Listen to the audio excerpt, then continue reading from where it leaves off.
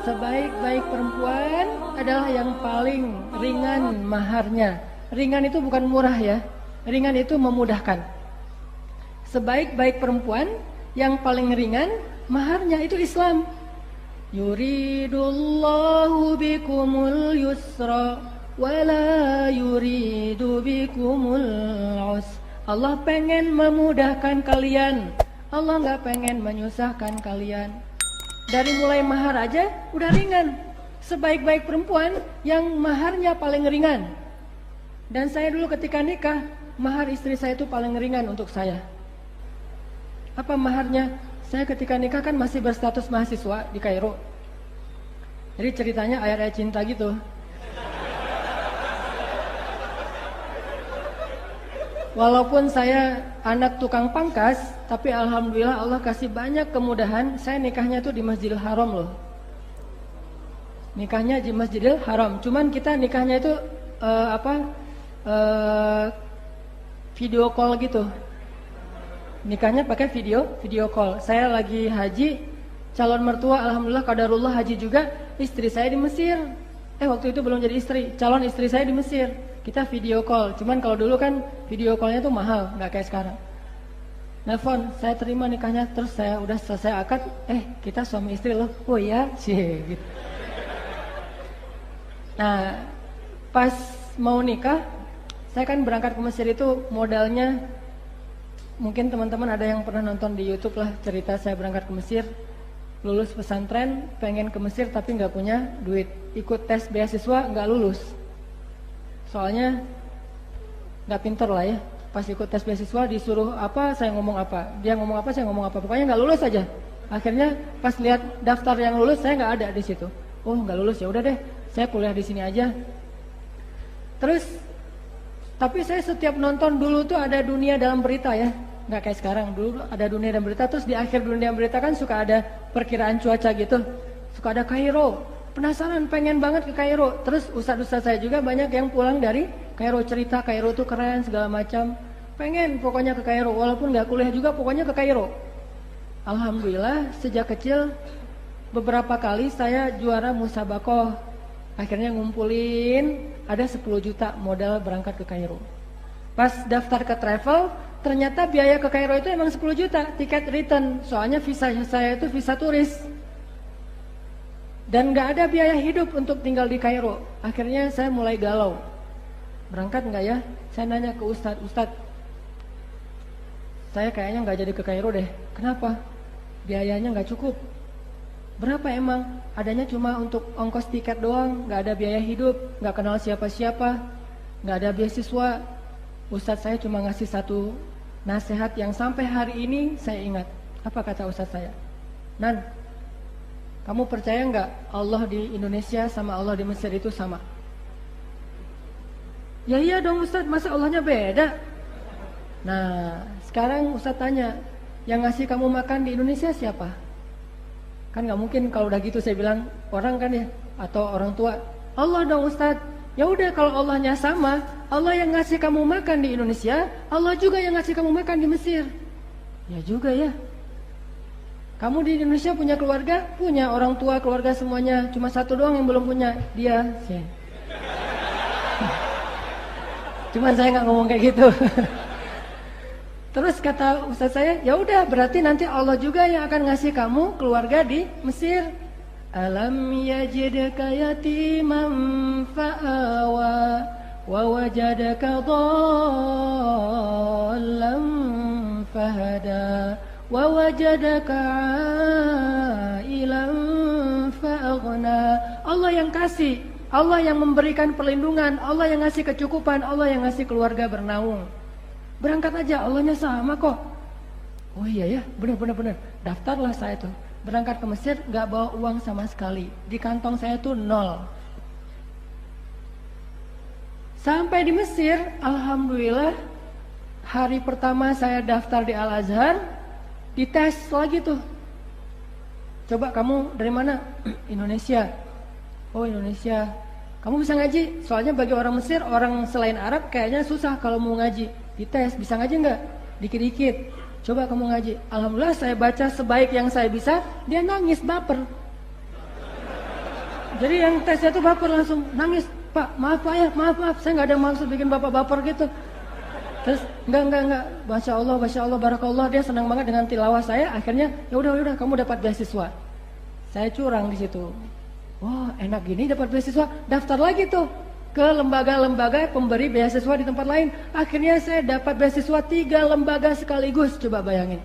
Teman-teman yang lulus beasiswa di Indonesia cuma dapat 1. Saya yang lulusnya di sana dapatnya 3. Saya akhirnya tinggal di 3 tempat tinggal. 1 di asrama, 1 lagi di dekat Sungai Nil, biar bisa ngelamun di depan sungai, view Nil view gitu ya. Terus 1 lagi tinggal di pedesaan, biar saya dapat suasana Arab pedalaman. Dan di pedesaan itu saya ada pengalaman unik banget. Di dekat rumah saya itu ada kandang keledai. Dan kita tahu kan hadis kata Nabi, kalau kalian mendengar suara anjing atau suara keledai, maka berta'awuzlah karena itu ada setan ya, anjing sama keledai. Kalau di Indonesia nggak populer keledainya karena nggak ada, jadi populernya anjing. Kalau kalian mendengar suara ayam, berarti itu malaikat. Jadi setiap kali ada keledai di sebelah rumah saya bersuara panjang, saya langsung ta'awuz. Auzubillahi minasyaitonir rajim. Jangan-jangan ada setan nih, ada zombie gitu ya. Jangan-jangan tren tubusan gitu kan? Wah, jangan-jangan ada setan. Ternyata si keledainya teh nggak berhenti suaranya, terus aja gitu. Akhirnya saya bosan kan, keganggu sama suara keledai, saya pergi. Pas saya pergi dia berhenti, coba. Aneh kan ya? Wah, saya tanya ini setannya siapa nih kok gini? Saya tahu dia nggak berhenti, saya pergi berhenti dia. Ini artinya saya punya tempat tinggal 3 di Mesir, alhamdulillah nikmat hidupnya. Tapi namanya mahasiswa kadang-kadang masih jomblo gitu, hidup nggak jelas, makan sehari 3 kali makan di restoran foya-foya awal bulan. Pas pertengahan bulan ke sana, makannya cuma minum air putih sama korma yang kering, harus direndam dulu baru bisa dimakan. Korma kering tuh direndam 2 jam kemudian baru dimakan. Jadi kalau misalnya sarapannya jam 8, jam 6 habis subuh rendam korma. Jam 8 baru bisa dimakan. Itu makanan kesukaan Nabi loh. Korma keras direndam dengan air, namanya aswadain, 2 yang warna hitam, korma dan air. Nah, saya coba usaha jual bakso. Yang bikin bakso bukan saya sih, teman bikin bakso, saya jual. Dan saya kalau jual bakso itu ngasihnya pakai mood. Kalau saya lagi mood ngasihnya banyak, kalau lagi bete ngasihnya dikit. Jadi nggak ada standar, 1 mangkok misalnya 5 butir, enggak. Yang banyak belanja bakso ke saya itu mahasiswa dari Malaysia, makcik gitu. Makcik, betul gitu ya. Betul. Makcik belanja, kalau dia senyum-senyum saya kasih banyak. Wah ini bisa nih, siapa tahu dari sini bakso cinta jadinya ya. Masih banyak. Dia akhirnya nge-mention teman-temannya, bakso di sini banyak loh ngasihnya, datang temennya yang cowok-cowok. Kalau yang datangnya cowok saya kasih 2, 3. Kok beda banget gitu.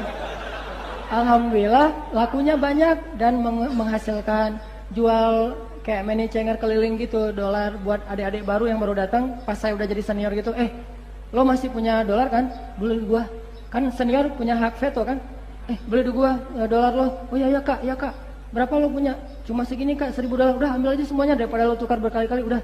Akhirnya kayak setengah malak gitu. Jadilah jual dolar.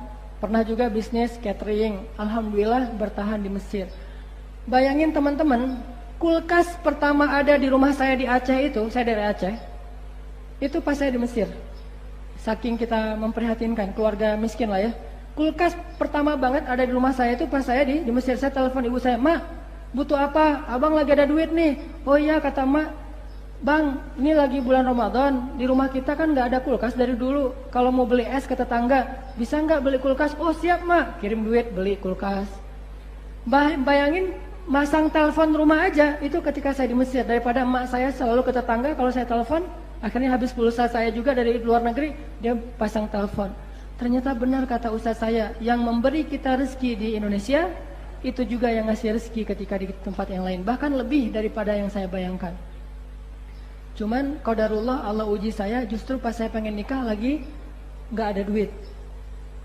Yang tadinya kaya foya-foya gitu, setiap malam ngafe, setiap malam nongkrong sama teman-teman, ngafe yuk, Kalau teman-teman mungkin pada shisha, alhamdulillah saya nggak pernah nyoba shisha, nggak pernah merokok, anak baik sih.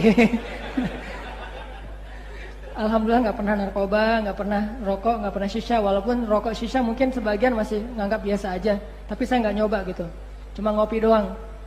Nah, setiap malam ngafe sampai akhirnya karena mungkin manajemennya nggak bagus, lulus kuliah saya pengen pulang. Saya bilang ke ustadz saya di Mesir, ustadz saya pengen pulang. Kenapa? Pengen nikah. Udah ada calon? Belum. Ya udah, tenang aja, tunggu aja nanti Allah kasih di sini aja biar kamu lebih lama di Mesir. Ternyata benar. Suatu hari, sore hari, hujan-hujan gerimis gitu, kayak film lama, kayak apa, tenggelamnya kapal Van der Wijk. Lagi gerimis-gerimis gitu, saya lagi beli kebab Turki di depan asrama. Tiba-tiba ada cewek datang pesan kebab, Mang, bukan Mang, orang Mesir mah Sayyid gitu ya, kalau orang Bandung mah Mang, pesan kebab. Oh iya, dipesenin. Kebab saya udah jadi tuh, udah dibungkus. Pas kebab dia jadi, saya pergi sengaja ngambil kebabnya dia. Cie. Dipanggil kan pasti kan ya. Mas, itu mah kebab saya. Bukan, ini punya saya. Jadi kayak sinetron pura-pura rame gitu. Bukan punya saya. Enggak punya saya. Coba periksa aja kalau nggak percaya. Pas dibuka emang saya tahu itu punya dia. Itu kan benar punya saya, punya Mas kan nggak pakai yang ini dan segala macam. Oh iya ya, maaf salah. Saya nggak sengaja tadi. Dari mana? Kenalan. Mulai. Oh ya, dari Jawa Timur katanya. Jawa Timurnya di mana? Padahal saya belum pernah ke Jawa Timur, masih nanya di mana Jawa Timur. Dia jawab yang mana juga saya nggak akan ngerti. Dari Jawa Timur. Oh ya Jawa Timur, ya banyak kiai di sana. Wah, basa-basi. Akhirnya waktu itu belum musim HP, cuman nanya di asramanya di mana. Itu di seberang. Oh ya udah, namanya siapa? Nama dia Maria katanya. Maria, oh Maria gitu ya. Maria namanya itu. Oh ya udah, sejak saat itu saya cari-cari tuh ke teman-teman. Ada yang kenal Maria nggak dari Jawa Timur? Cari kekeluargaan mahasiswa Indonesia Jawa Timur. Saya kepoin ke kekeluargaan dia, ke komunitasnya. Alhamdulillah dari situ selang 2 bulan saya langsung nembak. Pakai kaktus. Enggak, nembak langsung datang. Kayaknya saya udah mau serius apa nih? Nikah yuk gitu. Polos gitu nembaknya. Nikah yuk. Saya pengen menyempurnakan agama, pengen gitu dah pokoknya. Kayaknya udah ngeklik. Terus dipancing dikit dengan lagu Ari Lasso gitu. Udah, alhamdulillah dia bilang, saya mah terserah orang tua saya di mana ya di Jawa Timur. Ya udah kita telepon yuk, telepon ibunya. Qadarullah, ibunya tuh nggak banyak tanya. Assalamualaikum, waalaikumsalam. Bu, saya Hanan. Oh ya, ini siapa? Temannya Maria. Oh ya, kenapa dek? Kenapa nak gitu? Bu, saya mau melamar anak ibu untuk jadi istri saya. Langsung dia bilang, saya terserah anaknya. Oh, anaknya udah setuju bu. Gitu.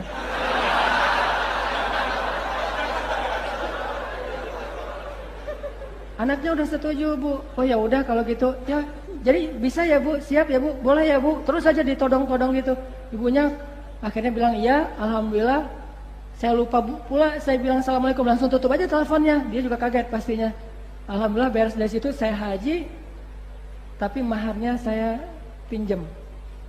Pas udah deal, baru saya bilang ke dia, tapi saya nggak punya modal. Dia udah kadung jatuh cinta, baru saya bilangnya nggak punya modal. Saya nggak punya modal, boleh pinjam dulu nggak maharnya? Maharnya berapa? Terserah aja kata dia. Ini perempuan yang luar biasa, maharnya terserah. Ya udah deh, maharnya saya kasih cincin segala macam seukuran $500. Saya pinjam tapi dari dia $500. Gambling nih, berangkat haji. Di haji itu saya kerja sebagai joki Hajar Aswad. Jadi kalau ada yang pengen cium Hajar Aswad, saya bantuin. Terus pengen tawaf karena nggak mampu berdiri, tawafnya pakai dorongan, saya dorongin jadi kayak tukang becak gitu di depan Ka'bah. Alhamdulillah dapat rezeki, bantuin jamaah haji, pulang-pulang nih nikah di Mesir, punya anak, sampai kita sempat istri saya yang S2. Saya kan nggak terlalu ini dengan pendidikan ya, saya mah main-main aja. Istri saya S2, saya bagian mainnya. Jadi kayak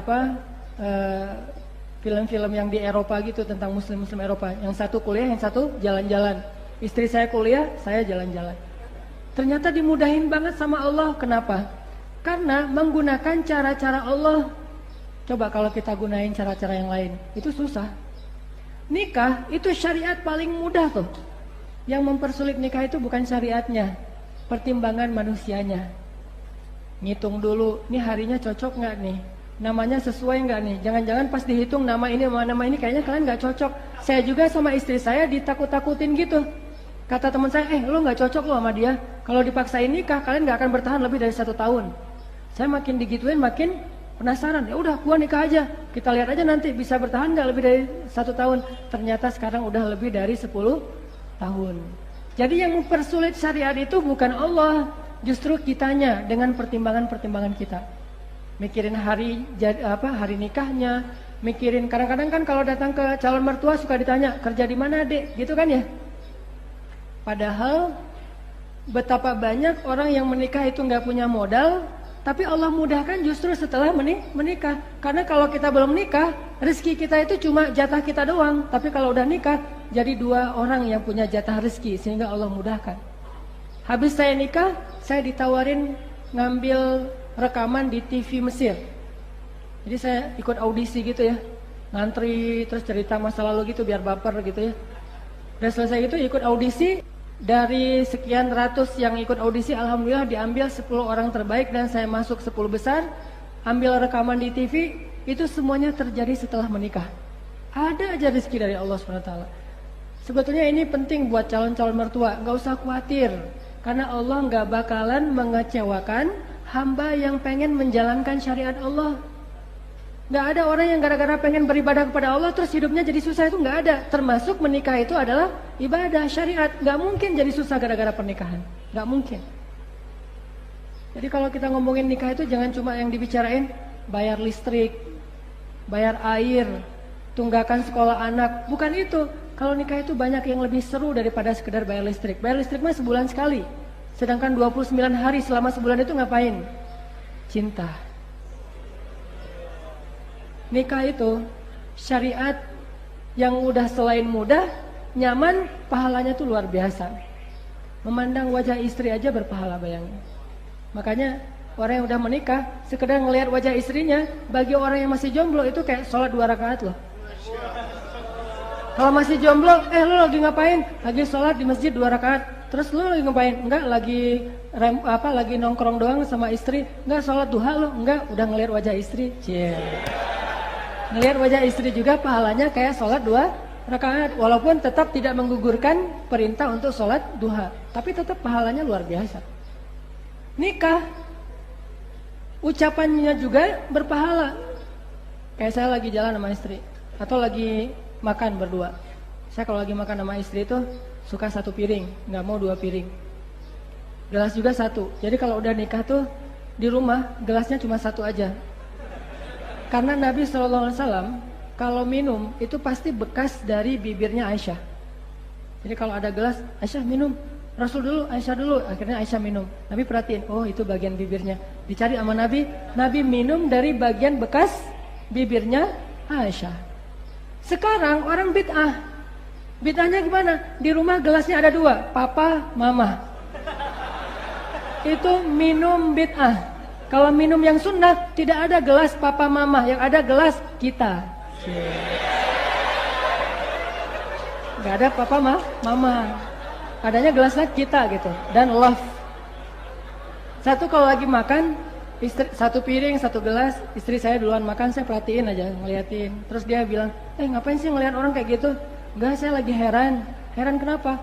Iya, saya kayak ngeliat, baru tahu ada bidadari makan makanan manusia. Wih, jangan salah, apaan sih segala macam. Ini gombal-gombal yang beda dengan Andre Taulani ya. Kan kalau yang standar mah, ayah kamu tukang las ya? Kok tahu gitu ya? Nyasar gitu, lagi nyetir mobil, nyasar. Ini kita kayaknya salah jalan deh. Iya ya, salah jalan ya. Ya kalau saya sama kamu, aku suka salah jalan aja. Kenapa emang? Soalnya pengennya ke hati kamu.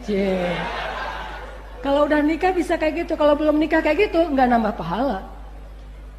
Nambah musibah. Tapi kalau udah nikah kayak gitu dan kita mengatakannya dengan hati, itu nggak perlu dihafal dari Google ya, nggak perlu googling. Udah aja improvisasi sesuai dengan apa yang kita rasain. Dan itu pahala yang luar biasa. Syariat. Buat saya pernikahan itu menjadi bukti bahwa syariat Allah itu mudah banget. Begitu juga dengan syariat yang lain. Semua syariat Allah itu mudah. Salah satunya adalah pernikahan. Bayangin, sesederhana akad nikah itu bisa mengubah status orang yang tadinya bersentuhan aja nggak boleh, tiba-tiba boleh ngapa-ngapain aja boleh. Bayangin. Cuma akad doang tuh. Dan akad itu dimudahin banget sama Allah. Kalau nggak bisa pakai bahasa Arab, boleh pakai bahasa Indonesia. Kalau takut lupa, boleh baca teks kan? Saya aja nikah pakai teks. Kenapa? Nggak mau 2 kali daripada nggak seru akadnya 2 kali. Mending saya pakai teks gitu, baca teksnya. Saya terima nikahnya segala macam. Dimudahin sama Allah. Begitu kita selesai mengatakan saya terima nikahnya sampai sah, maka berubahlah status yang tadi hampir semuanya haram menjadi hampir semuanya halal. Mudah kan? Coba, yang mempersulit itu siapa? Kita sendiri. Walaupun nggak salah kesulitan ini, karena emang ada kewajiban lain, kayak kewajiban harus menyelesaikan birokrasi negara, atau mungkin kadang-kadang di sebagian daerah itu harus mengikuti culture, kebiasaan masyarakat setempat. Tapi di situ menjadi bukti yang paling memudahkan itu bukan culture, bukan undang-undang, tapi yang paling memudahkan itu adalah syariat. Dan itu bukan cuma dalam pernikahan, dalam segala hal. Syariat itu memudahkan.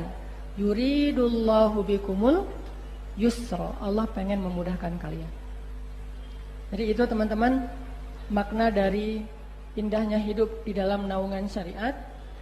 Analoginya cuma satu aja, yaitu pernikahan. Mudah-mudahan kita semakin jadi booster dan jadi spirit buat kita belajar syariat Islam, belajar lagi agama Allah, belajar lagi fikih. Yakinlah, makin kita tahu agama, kita makin melihat kemudahan. Justru kalau kita menemukan agama ini ribet, itu karena kita belum tahu, karena kita belum kenal. Semakin kita kenal, semakin kita melihat